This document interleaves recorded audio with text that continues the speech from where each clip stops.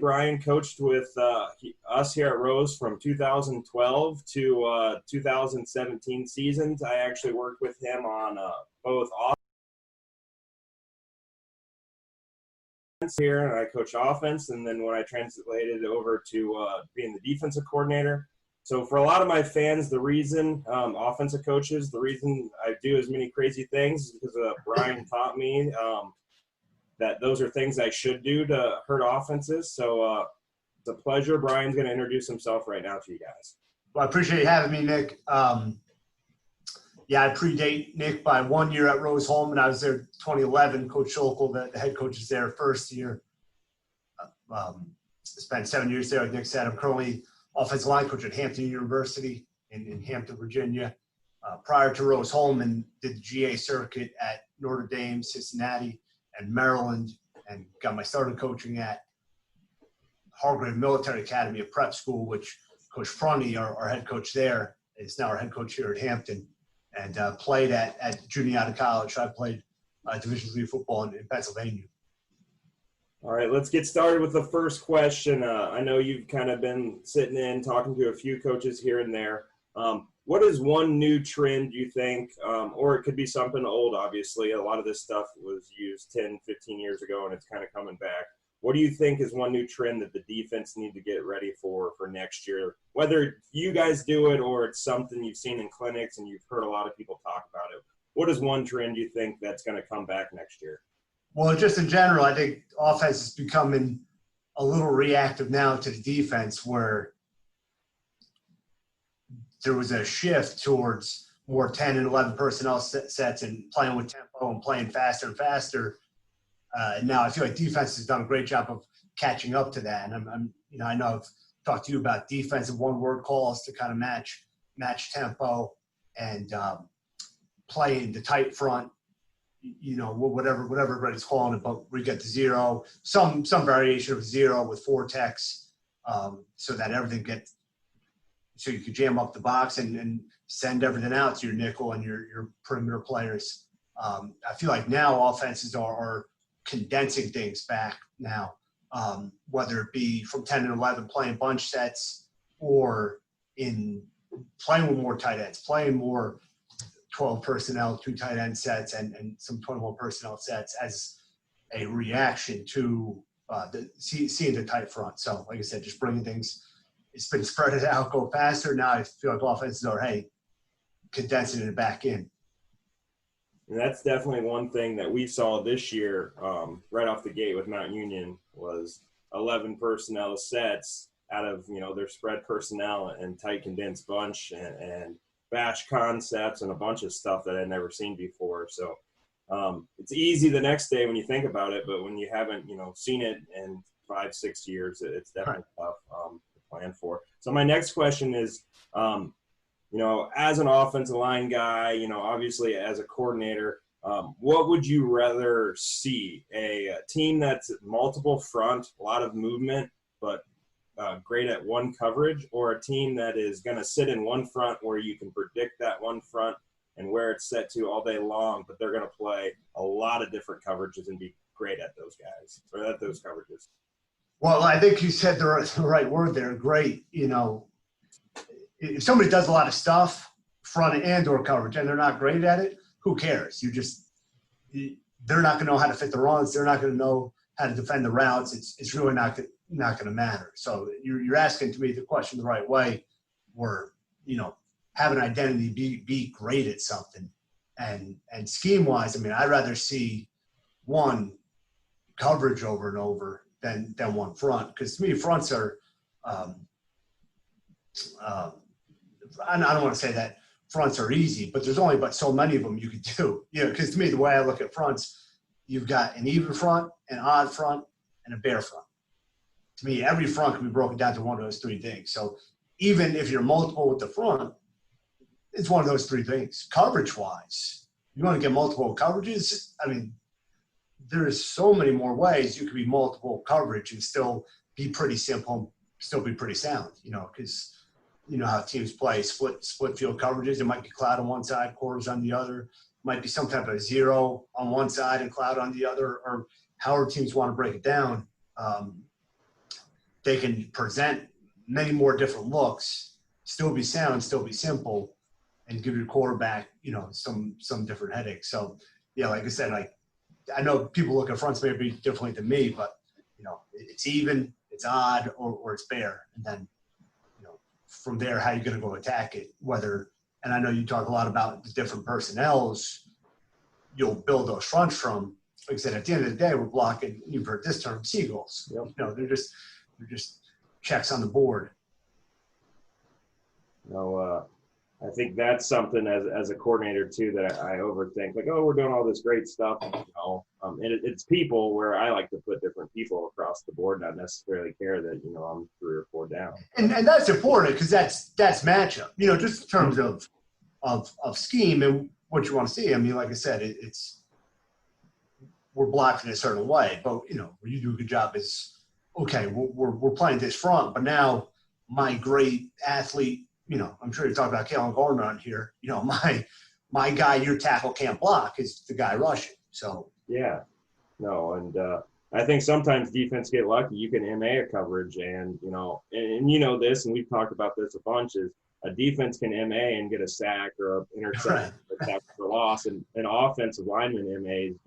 It's a TFL. Not a lot of great things happen on offensive missed assignments. Right. What is one thing that you look at when evaluating an opponent's film?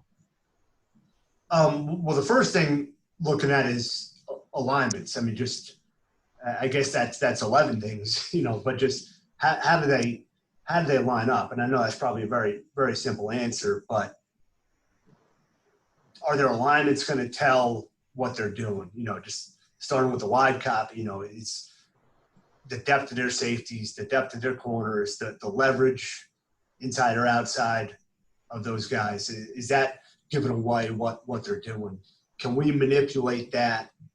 Or if we line up in a certain way, if our receiver has a certain split, if we line up in a certain formation, can we manipulate that?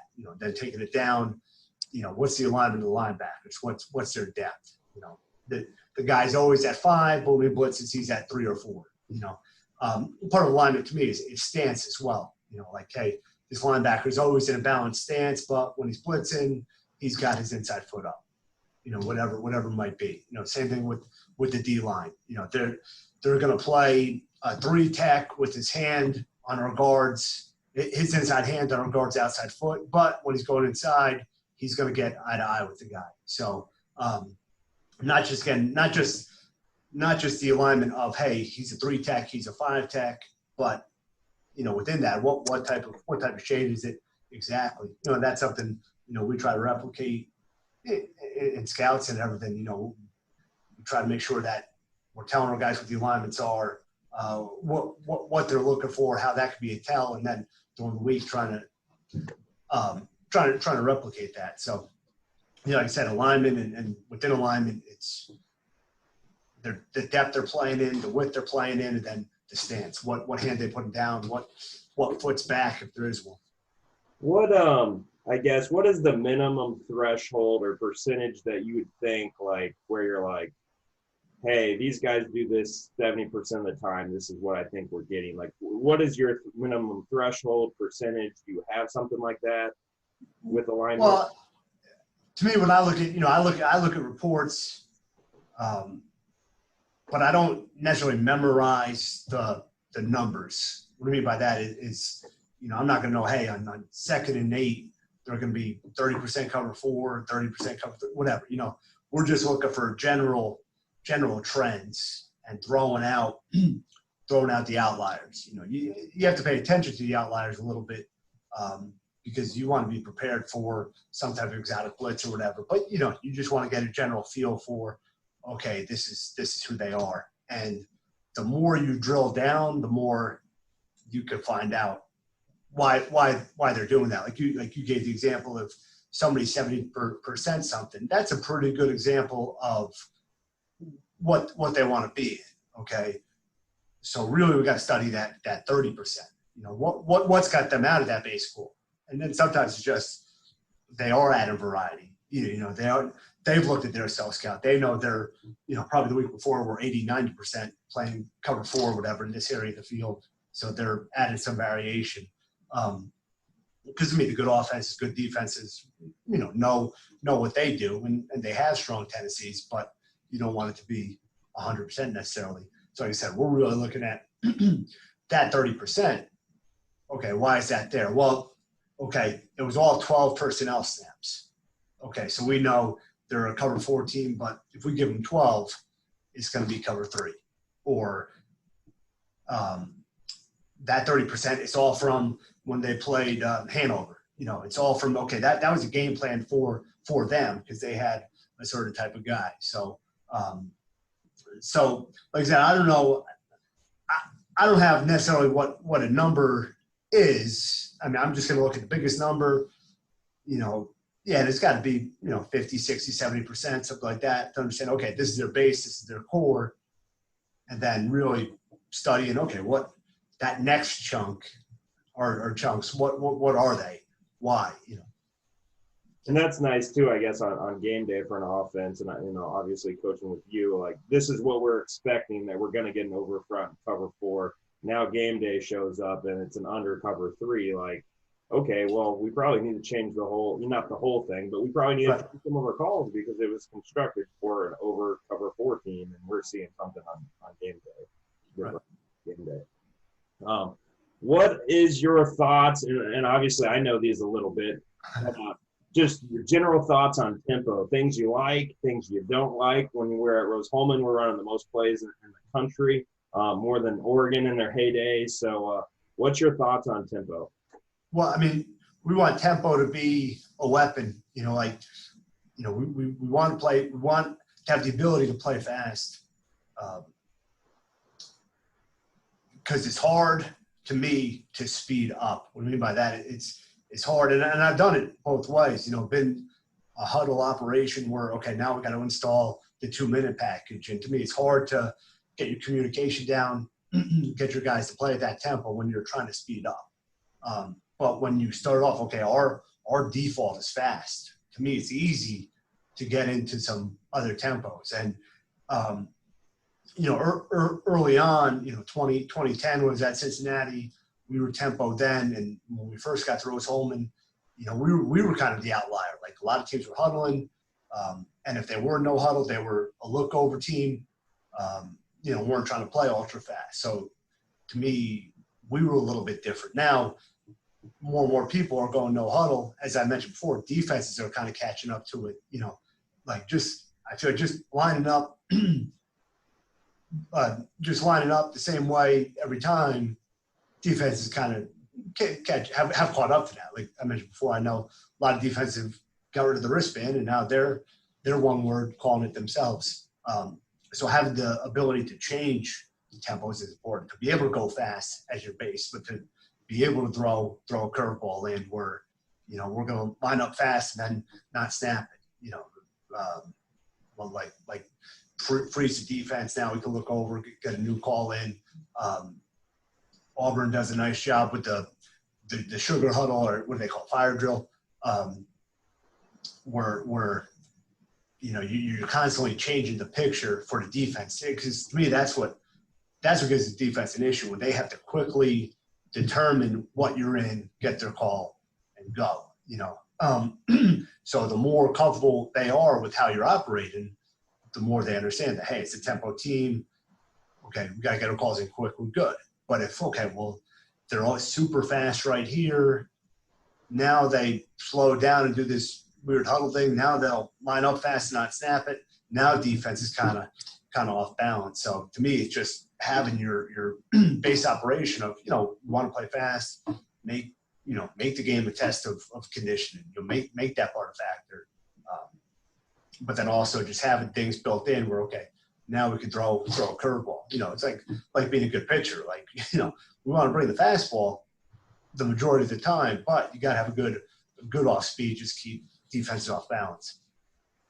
My next question is about pass pro. And like I said, I started off my career at Rose-Hulman coaching the running backs.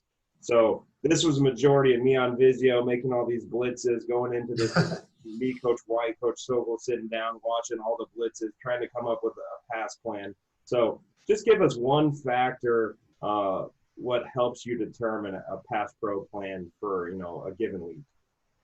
Well, I mean, the first thing is personnel. You know, before pressure, before anything else, is do they have a guy we're going to have a hard time blocking? You know, do they have a down lineman that will give us trouble matchup wise? And if so, where is he? Can we control where he is? Do we have to find him? Do they do a good job of moving him around? So, like, to me, it's finding out just do they have somebody we can't block, and then building it off of that. You know, because if we feel we match up with them, great, we can move on and make sure we got all their pressures taken care of and go. But if there's a dude, you know, we got to come up with a plan for how we're going to handle him. Yeah, no, I think a lot of times defenses get caught up in, hey, if I walk this guy down here, the offensive line is going to change the protection. And I kind of laugh sometimes. And, you know, and I heard this the other day, there's kind of maybe 4 different ways. Hey, the coordinator called in a protection. Hey, the offensive line makes a protection call every play, or the quarterback's responsible or a running back's responsible for changing something. So sometimes I hear these defense guys talking about how they're dictating protections. And in some ways they can, but you know, on an odd front walking one guy, sometimes the offense would just laugh at you. Like, they're not going to, you know, if the best dudes on the other side of the field, they're going to try to protect that. So I think that for defensive guys is one key to not get caught up in, like, try to do something where you've dictated the offense. Try to figure out who that guy is, you know, whether it's a coordinator called protection, whether the QB changes things, whether the offensive line handles that, because I think that will give you more insight to what's going on than you trying to dictate certain protections. Right. So that was my soapbox for the day. What is one factor on determining whether you'll carry a run into a game or not? I mean, I guess most of the run games in, you know, I mean, it's pretty much going to be the same schemes week in, week out. I think how we run them might be determined more by the defense. And then to go back to the last answer too, it's a lot about personnel. You know, like, is there a guy we got to double? Is there a guy we have to run at? You know, like, just who are their people? You know, because, you know, to me it's zone game and gap schemes. You know, it's not. I mean, I've got into run of the week, and, you know, sometimes I regret that afterwards, where, you know, we spent all that time working on this run because we thought it was going to be great against this sort of defense, and, well, maybe it's not who we are. So, you know, to me, it's understanding your core and what you're good at and who you're running them against. And I mean, to me, you got real problems if you feel, wow, we can't run our core runs against this defense. Like I said, to me, it's really just break it down. What formations we need to be in to give our guys the best leverage. You know, what can we do eye candy wise with motion and different things to give the defense something to look at. We'll still be simple and give them, you know, our base run game. And then my last question for you, and I kind of did this, like the offensive line guys, I wanted to ask a pass scheme question, and you're not going to have a problem with this one, but your favorite pass scheme? I wanted to kind of challenge some O-line guys, but obviously I know that you know everything, being a coordinator and doing all those different things over your career. So what is kind of just one scheme that you like the best? Well, I mean, 4 vert to me is and you knew that answer was coming, but that's, to me, the best pass scheme there is, just because, especially the way we taught it at Rose, there was always, based on what the defense was giving us, that's what we're going to take. We're, you know, the outside guys are reading the corner, the inside guys are reading the safety. So they're always finding pockets and making the defense, you know, the defense wrong. And, you know, if you do have a matchup, you can exploit that. So to me, you're getting you're getting a lot of different looks at it. And, you know, I know you would always have to correct guys breaking down the film. You know, they think there's 27 pass concepts going on, you know, when defense is doing the breakdown. But you're like, no, that's the same call. That's 4 vert. Just corner bail to the guy sat, you know. So like I said, that's why I like about the play too, is it gives the defense kind of a lot to work on maybe without really the offense having to work on anything else. And I know some of the line guys get scared off it because they think, oh, wow, it's such a deep pattern or whatever. But, ball usually comes out pretty quick out of the quarterback because,